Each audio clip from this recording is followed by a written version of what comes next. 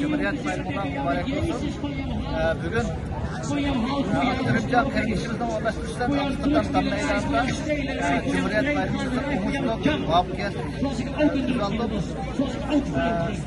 Şu münasebetle Türkiye'deki Mehmet Yusuf Uygur'daki şeklinden şu Abdurrahman kardeşimizden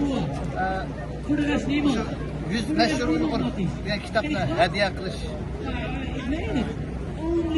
Şimdi az bu kitapta Mehmet Yusuf Uygur'daki zaman geliştirmesi var.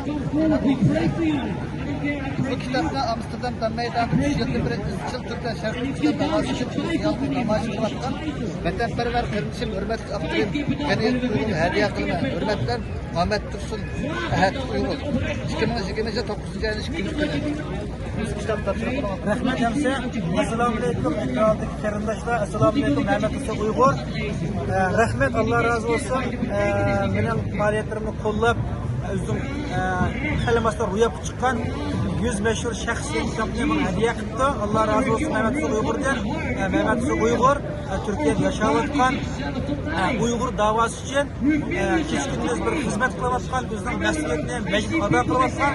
Şundakla chet elde tunji qadam Uygur sarıqlığı hakkında mükemmel bir kitap yazıp hem Uygur cemaatine sunulan bir kardeşimiz. Bu kardeşim Allah razı olsun. Banka bu kömür soğusu ve köp rahmet.